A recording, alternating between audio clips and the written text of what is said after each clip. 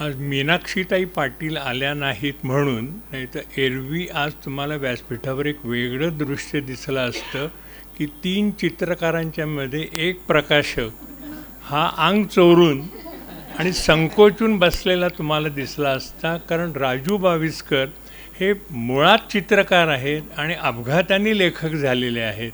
तर माझे आवडते कवी वसंत आबाजी हे चित्रकार आणि कवी आहेत. आणि मीनाक्षीताई पाटील असत्या तर त्याही कवी आणि चित्रकार होत्या. मला आठवतं आहे, त्याला खूप वर्ष झाली, 40-45 वर्ष झाली असतील.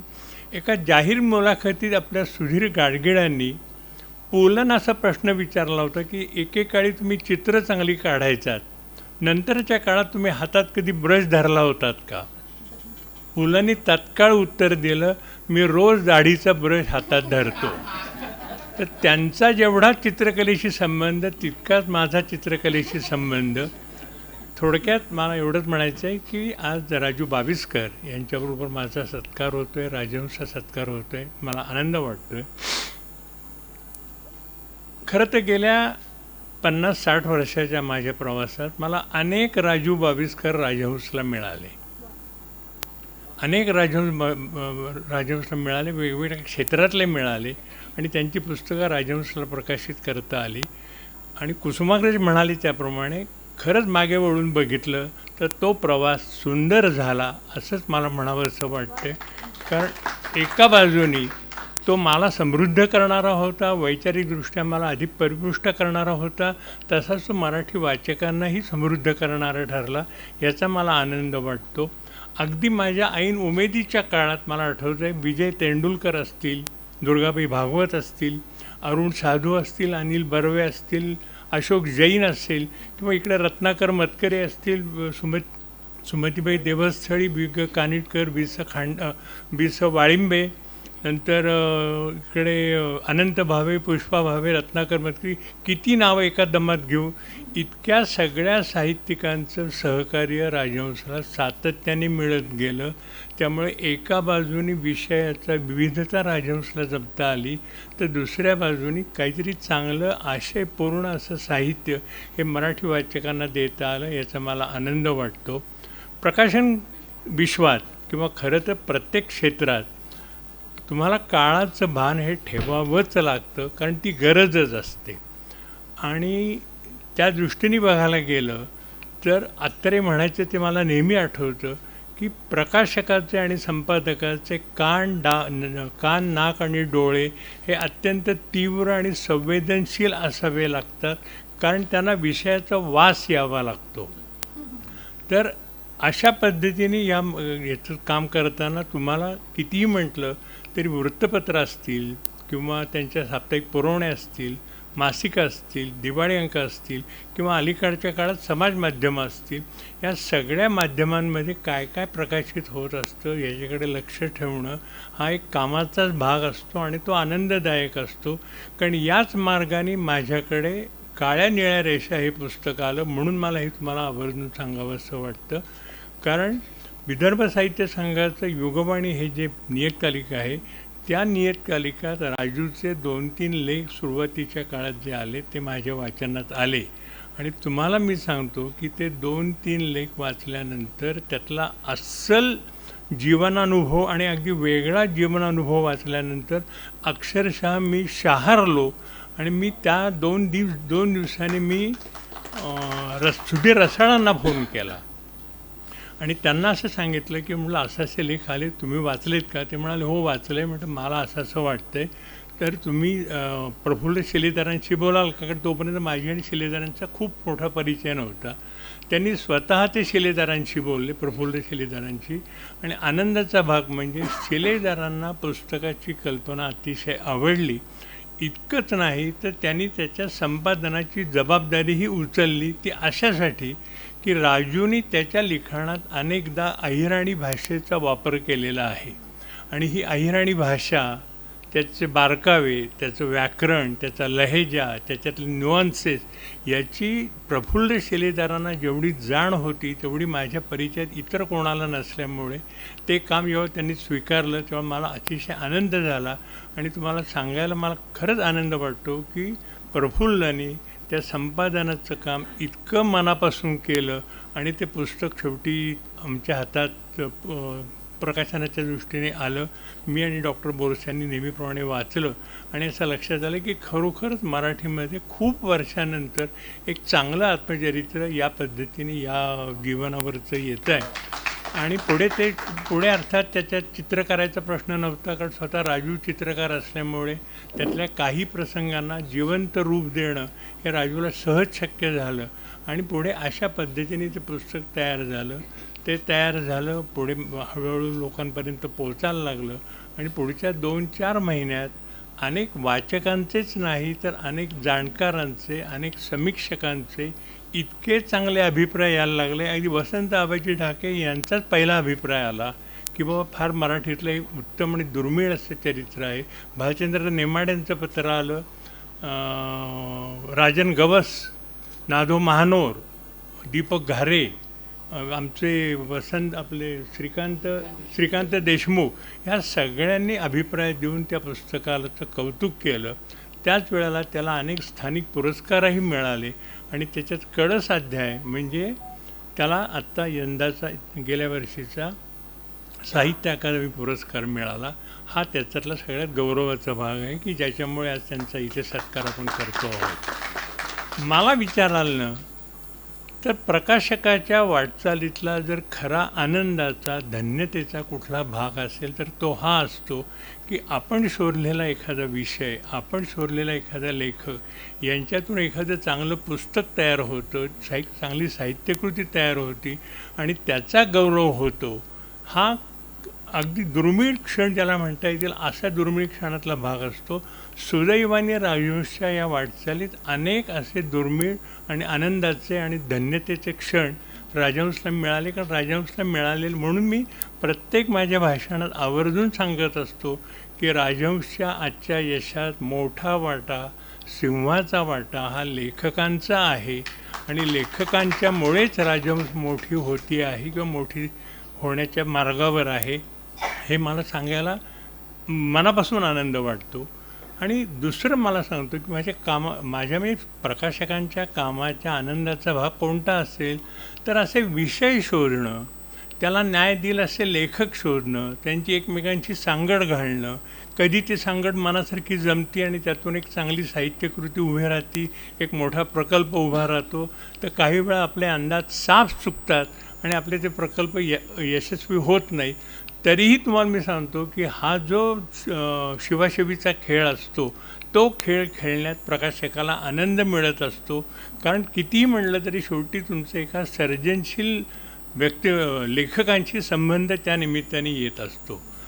आणि या सगळ्या शोधाशोधीमध्ये अनपेक्षितपणे काही वेळेला असंही होतं की काही लेखक किंवा काही विषय हे तुमच्याकडे त्यांच्या पायाने चालत येतात. हाही आनंद प्रकाशकाला अनेकदा मिळतो. मला मिळालेला असा एक आनंद, असे खूप मी तुमच्याशी बोलू शकेन, पण मी वेळेच्या आत्ताच्या मर्यादेमध्ये एक माझ्याकडचा अनुभव सांगतो की ज्याच्यात मला अशा पद्धतीचा आनंद मिळाला. याही गोष्टीला आता मी तुम्हाला सांगतो 25-30 वर्षे तरी झालेली असतील. एका सकाळी मी ऑफिसमध्ये बसलो होतो आणि माझ्याकडे एक तरुण मुलगा आत आला. तो साधारणतः 26-27च्या वयाचा असावा. चेहऱ्यावरून गंभीर वाटला, बसला, मला म्हणाला की मी एक हस्तलिखित आणलं आहे, ते तुम्हाला मला द्यायचं आहे. त्याने ते मला दिलं. मी एका बाजूने हस्तलिखित चालत असताना मी त्याच्याशी बोलत होतो. त्याला म्हणलं तुम्ही काय करता? तर तो मला म्हणाला मी गेले 5 वर्ष फुलपाखरांवरचं संशोधन करतो आहे. तो फुलपाखरांवर संशोधन करतो आहे हा विषय त्याचा ऐकल्यावरच माझे कान टवकारले की हा काहीतरी वेगळं इथे काहीतरी आहे. म्हणून मी एका बाजूने ते लेख खालचे पाहत होतो आणि बघितलं तर त्याच्यातले काही लेख प्रकाशित झालेले होते आणि त्याच्या तारखा या 7-8 वर्षापूर्वींच्या होत्या. तर मी सहज त्यांना असं म्हणलं की अहो हे लेख तर 7-8 वर्ष जुने आहेत, तुम्ही माझ्याकडे आत्ता कसे काय आणले, आधी का नाही आणले? तर तो शांतपणे म्हणाला नाही मला काय आणावंसं वाटलं नाही की काही ते बाहेर यावं वगैरे. पण म्हटलं मग आत्ता का आणलं तुम्ही? तर म्हटलं मी पुढच्या महिन्यात 5 वर्षांसाठी मला काही $1,00,000 स्कॉलरशिप मिळाली आहे आणि मी अमेरिकेला जातो आहे. तर माझा मोठा भाऊ चैतन्य कुंटे असं मला म्हणाला की जाण्यापूर्वी तू हे लेख माझगावकरांना दाखव, म्हणून मी तुम्हाला हे दाखवायला आणले. तर मी त्यांना असं म्हणालो की अहो पण माझ्या हातात तर काम खूप आहे, तुम्ही तर आता पुढच्या महिन्यात चाललेले आहात, मला इतक्या कमी वेळात ते पुस्तक करणं शक्य होणार नाही. तो शांतपणे म्हणाला की तुम्ही सर असं करा की तुम्ही ते लेख वाचा आणि 15-20 दिवसात तुम्ही पुस्तक करू शकणार आहात का, एवढंच मला फक्त सांगा. मी म्हटलं की ठीक आहे, मी ते करू शकतो, पण म्हटलं तुम्ही हे लेख लिहिलेत कशावर. मला वाटलं तो फुलपाखरांचा अभ्यास करतो, मी फुलपाखरांवर लेख असेल. तर तो असं मला म्हणाला की काही वर्षापूर्वी मी मधुमलाईच्या जंगलात गेलो होतो. म्हटलं जंगलात कशासाठी गेला होता. तो म्हणला वर्षभर मला जंगलात राहून तिथले 4 ऋतू भोगायचे होते. हे शब्द त्याने वापरला आणि हे ज्या पद्धतीने तो म्हणाला त्यावरून मला वाटलं की हे काहीतरी वेगळं पाणी आहे आणि इथे काहीतरी आपल्याला हाताशी चांगलं काहीतरी हाताशी लागेल. तर मी त्याला म्हटलं की मी तुम्हाला 15 दिवसांनी सांगू शकेन, पण तरी 4-5 वर्ष तुम्हाला थांबावं लागेल. तर तो पुढचं जे वाक्य म्हणाला ना, ते मला त्यांनी एखादं तत्त्वज्ञान सांगावं त्या पद्धतीने म्हणाला. तो म्हणाला सहजपणे असं म्हणाला की सर, हा जो माझा कालखंड आहे 1 वर्षाचा जंगलात राहण्याचा, तो मी आनंदाने उपभोग घेतलेला आहे, त्याचा आनंद मला भरपूर मिळालेला आहे. आता हा आनंद वाचकांना आज मिळाला काय किंवा 5 वर्षांनी मिळाला काय, माझ्या आयुष्यात काय फरक पडणार आहे. हे ज्यावेळी तो म्हणाला त्यावेळी मी म्हटलं की ठीक आहे, मी तुम्हाला 1 आठवड्याभराने कळवतो आणि आम्ही करू शकू की नाही. पण त्याची पाठ वळली आणि मी ऑफिसमध्ये सांगितलं की मला कुठलाही फोन देऊ नका, आणि मी त्याचं लेखन वाचायला सुरुवात केली. आणि इतका त्या लेखनात मी गुंतून पडलो की संध्याकाळी 6 वाजता मी त्याला फोन केला की अहो म्हटलं, त्याचं नाव कृष्णमेघ कुंटे आणि त्या पुस्तकाचं नाव एका रानवेड्याची शोधयात्रा. तर म्हटलं अहो अरे कृष्णमेघ, तुला कल्पना आहे का तू काय लिहिलं आहेस ते. तो म्हणला ठीक आहे, हरकत नाही. म्हटलं नाही, तू उद्याला मला येऊन भेट. तो आला आणि मी त्याला असं म्हणालो की हे बघ, मी सगळी कामं बाजूला टाकली, तुझी फ्लाईट केव्हाची मला सांग. त्याला तो मला तो कधी एप्रिल महिन्याच होता, कारण तो 5 मेला जायचा होता, मला तारीख लक्षात होती. तो म्हणला मी 5 मेला जाणार आहे. म्हटलं ठीक आहे, आपण तू मला फक्त तू इथे आहेस ना, कारण मला खूप फोटो बिटो लागतील, तुझी मदत लागेल. म्हणलं मी इथे आहे. पुढच्या 3 आठवड्यात डॉक्टर बोरस्यांनी आणि मी इतर सर्व कामं बाजूला ठेवून त्याचं पुस्तक केलं आणि तो जाण्याच्या आधी 2 दिवस त्याच्या हातात ते पुस्तक दिलं. तो इतका भारावून गेला, त्याला इतका आनंद झाला की दुसऱ्या दिवशी तो मला भेटायला आला तेव्हा तो म्हणाला की सर, मला तुम्हाला एक भेट द्यायची आहे. तर मला वाटलं की पेढ्याचा पोळा अमुक तमुक काहीतरी आणला असेल. त्यांनी जंगलातली त्याला मिळालेली, कारण तो हत्तींचा अभ्यास करण्यासाठी जंगलात गेला होता, तर तिथे अभ्यास करताना त्याला जंगलात 5 वर्षाच्या हत्तीची एवढी मोठी दाढ सापडली होती. ती दाढ घेऊन तो आला होता आणि तो म्हणाला की ही माझी एक अत्यंत अमूल्य अशी भेट आहे, ती मला तुम्हाला द्यायची आहे. मी तुम्हाला सांगतो की त्याच्या चेहऱ्यावरचा आनंद ज्यावेळेला मी बघितला त्यावेळेला आपण प्रकाशक झालो. याचा खरा आनंद तर मला झालाच. तर आणि मुख्य म्हणजे की अशा पद्धतीचे आनंद जेव्हा जेव्हा लेखकाच्या चेहऱ्यावर दिसतात ना, त्यावेळेला प्रकाशकाला आनंद होत असतो, कारण त्याची एक निर्मिती ही आपल्याकडून तयार झालेली असते, त्याला आपला हातभार लागलेला असो. पुढे ते पुस्तक आलं, त्याला पुरस्कार मिळाले, त्याचं कौतुक झालं, त्याच्या आवृत्त्या निघाल्या.